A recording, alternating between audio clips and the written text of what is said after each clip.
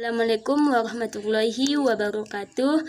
Perkenalkan, nama saya Isatul Marwia Tanjung, Prodi Pendidikan Kimia dengan NPM 2013005. Video ini bertujuan untuk memenuhi tugas mata kuliah saya, yaitu Kimia Sekolah 1. Baiklah, di sini saya akan menjelaskan tentang materi struktur atom. 1. Perkembangan teori atom. Teori atom pada awalnya dikemukakan untuk menjelaskan reaksi kimia. Teori atom ini dimulai dengan teori atom Dalton yang menjelaskan adanya hukum kekekalan massa dan hukum perbandingan tetap, serta mampu meramalkan adanya hukum kelipatan perbandingan atau hukum perbandingan berganda. Selanjutnya, untuk dapat menjelaskan sifat-sifat atom lainnya, seperti spektrum atom, sifat magnet dan listrik, dan menurut Thomson,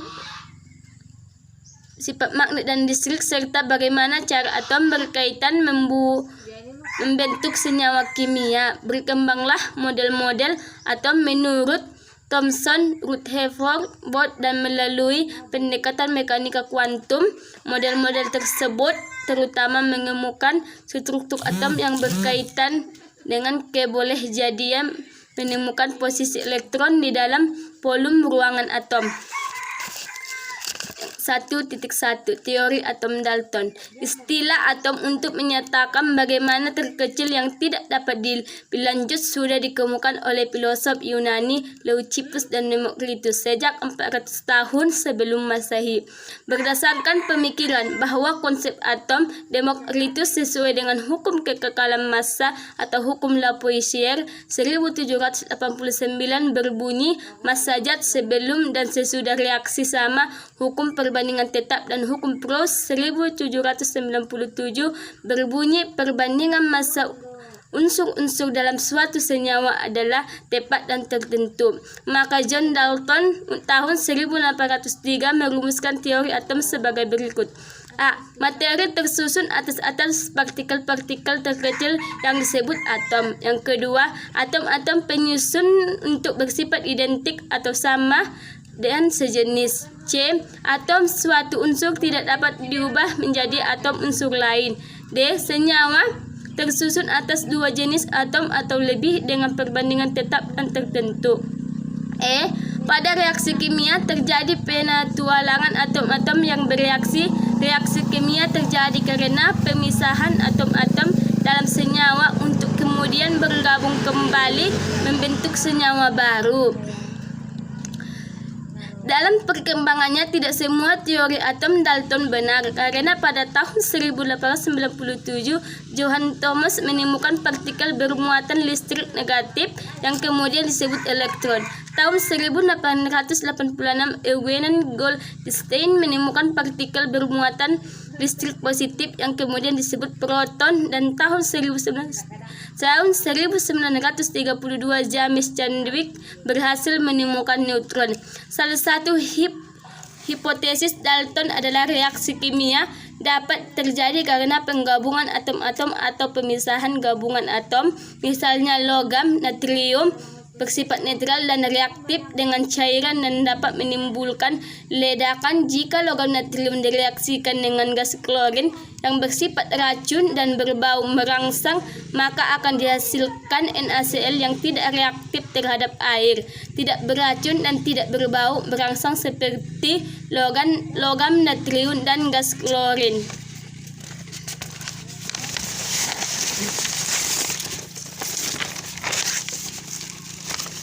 Teori atom Thomson.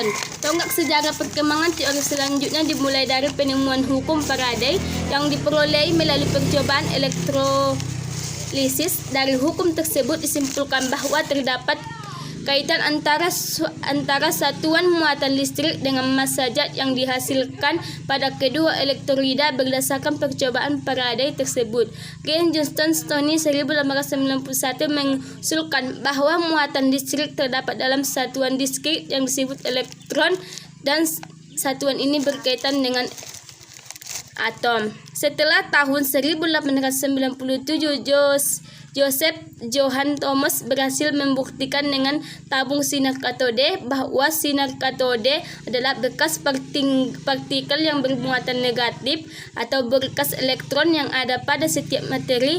Maka tahun 1898 Johann Thomas membuat suatu teori atom. Menurut Thomson, atom berbentuk bulat di mana muatan listrik positif yang tersebar merata dalam atom dinetralkan oleh elektron-elektron yang berada di antara muatan positif. Elektron-elektron dalam atom diumpamakan seperti butiran kismis roti. Maka teori atom Thomson juga sering dikenal teori atom roti kismis. Namun kelemahan teori ini adalah yaitu Thomson tidak dapat menjelaskan susunan muatan positif dan negatif dalam bola tersebut.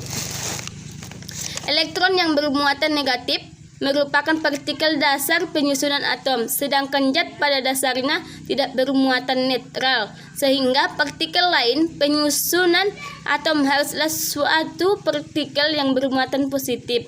Adanya partikel bermuatan positif dibuktikan dengan adanya percobaan tabungan pembawa muatan listrik dengan menggunakan katoda yang berlubang-lubang, dan pada bagian belakang katoda tersebut terdapat lapisan yang dapat berluminisasi. Sifat-sifat sinar terurusan adalah A. Terdiri dari partikel bermuatan positif yang bermassa hampir sama dengan massa atom relatif gas pengisi tabung pembawa muatan listrik.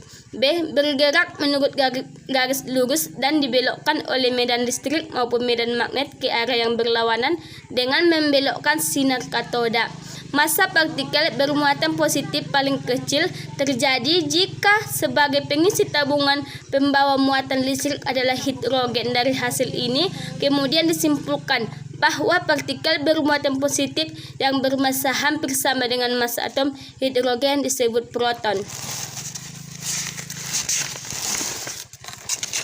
Teori atom Rutherford. Pada tahun 1896, Henry Becquerel melalui sejumlah percobaan mengamati bahwa garam-garam uranium memancarkan radiasi yang dapat menghitamkan film fotografi.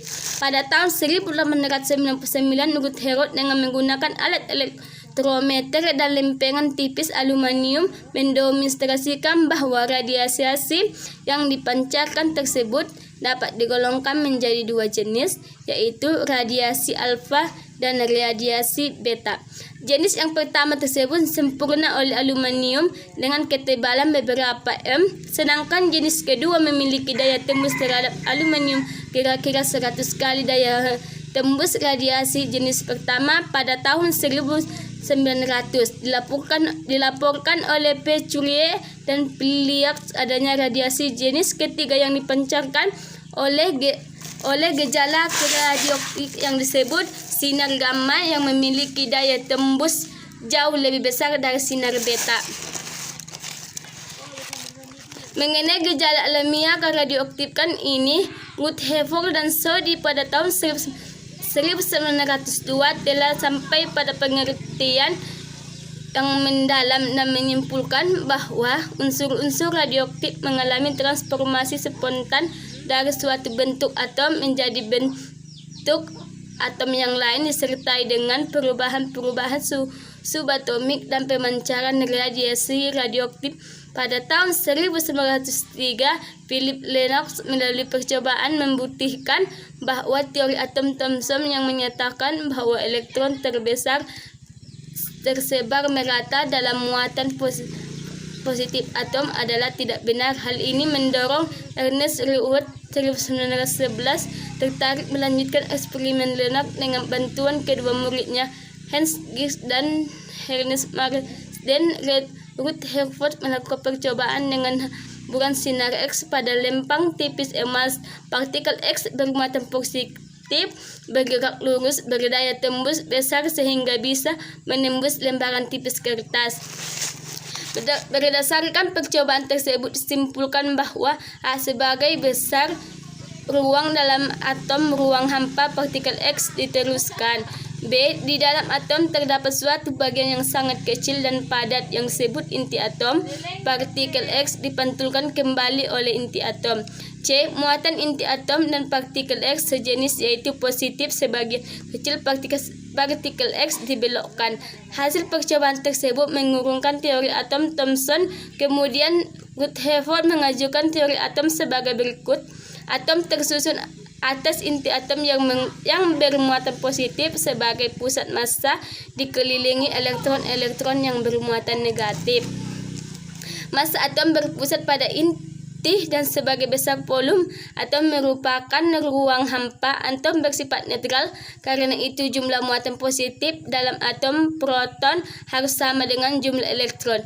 Diameter inti atom berkisar 10 sampai dengan 15 meter, sedangkan diameter atom berkisar 10 sampai dengan 10 meter.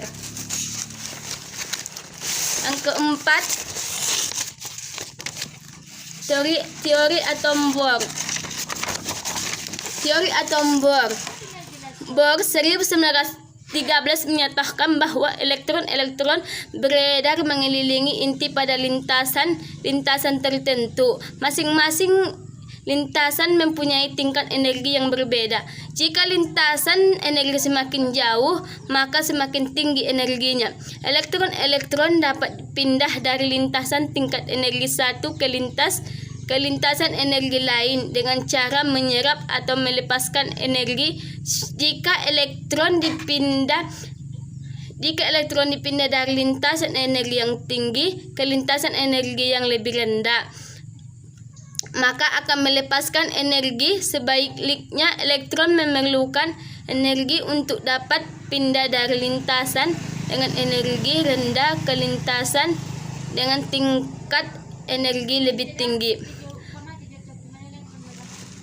Masih ingatkah kalian mengapa jika suatu senyawa tertentu memiliki warna yang berbeda-beda jika dibakar dalam nyalanya api? Perbedaan nyala yang dihasilkan oleh senyawa atau unsur tertentu dikarenakan terjadinya loncatan elektron dari lintasan energi yang lebih tinggi menuju lintasan energi yang lebih rendah.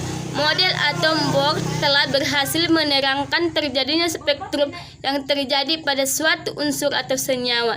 Namun demikian, model atom Bohr menjadi lemah karena munculnya teori ahli fisika lain.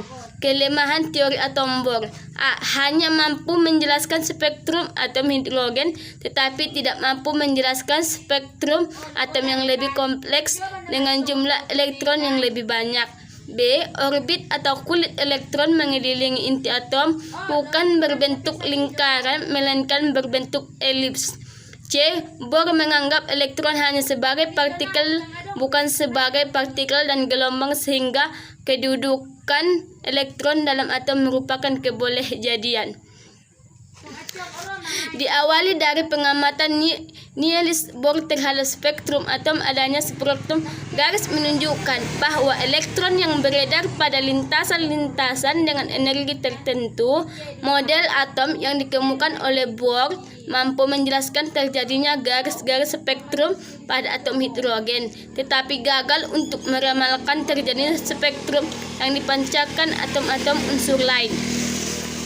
Yang kelima, teori kuantum Planck. Max Planck, ahli fisika dari Jerman, pada tahun 1900-an mengemukan teori kuantum Planck, menyimpulkan bahwa atom-atom dan molekul dapat memancarkan atau menyerap energinya hanya dalam jumlah tertentu. Jumlah atau paket energi terkecil yang dapat dipancarkan atau diserap oleh atom atau molekul dalam bentuk radiasi elektromagnetika disebut kuantum. Planck menemukan bahwa energi foton atau kuantum berbanding lurus dengan frekuensi cahaya. Rumusnya adalah E sama dengan H dikali V. Dengan keterangannya adalah E sama dengan energi dan H adalah konstanta Planck 6,26 kali 10 minus pangkat 34. P. Frekuensi radiasi S-1. Salah satu fakta yang mendukung kebenaran dari teori kuantum Max Planck adalah efek fotolistrik yang dikemukakan oleh Albert Einstein pada tahun 1905. Efek fotolistrik adalah keadaan di mana cahaya mampu mengeluarkan elektron dari permukaan beberapa logam. Yang paling terlihat adalah logam alkali sebanding dengan frekuensi cahaya.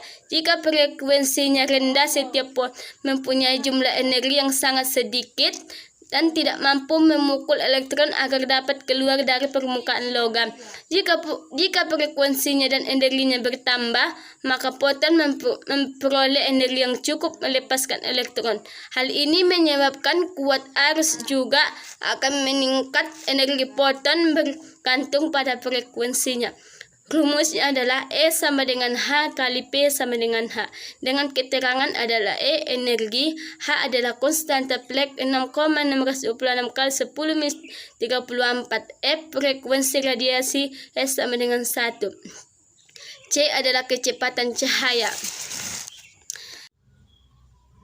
Itu soal dari struktur atom. 1. Konfigurasi elektron dari unsur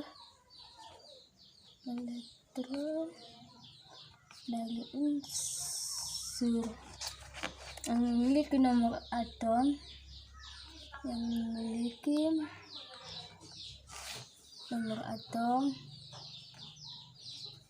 atom 12 adalah pembahasannya diketahui. Konfigurasi elektron yang memiliki nomor atom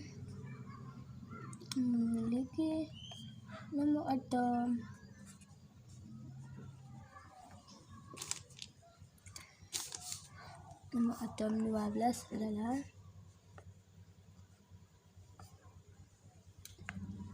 24 adalah 1s pangkat 2, 2s pangkat 2, 2p pangkat 6, 3s pangkat 2, 3p pangkat 6, 4s pangkat 1, 3d pangkat 5. Jadi 3d pangkat 5 atau unsur AR10 sama dengan 4s pangkat 1 3d pangkat 5. Jadi nomor atom yang dimiliki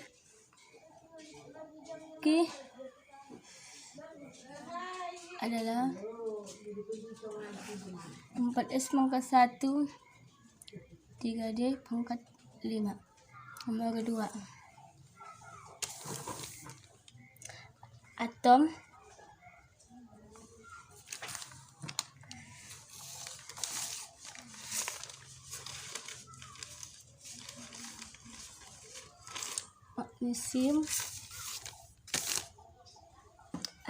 magnesium atau Mg memiliki nomor atom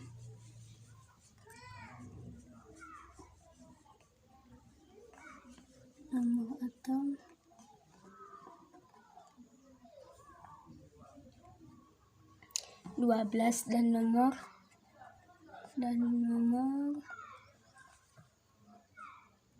S24. Dalam Mg terdapat Mg positif, terdapat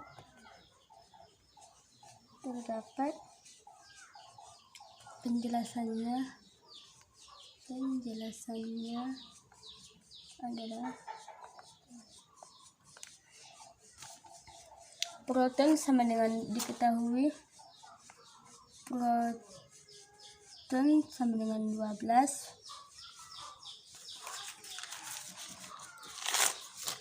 proton sama dengan 12, neutron sama dengan 12 kurang 2 sama dengan 10.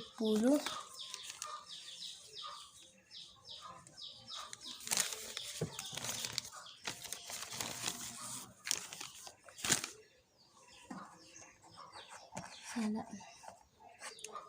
Diketahui sama dengan proton sama dengan 12, elektron sama dengan 12 kurang 2 sama dengan 10, neutron sama dengan 12.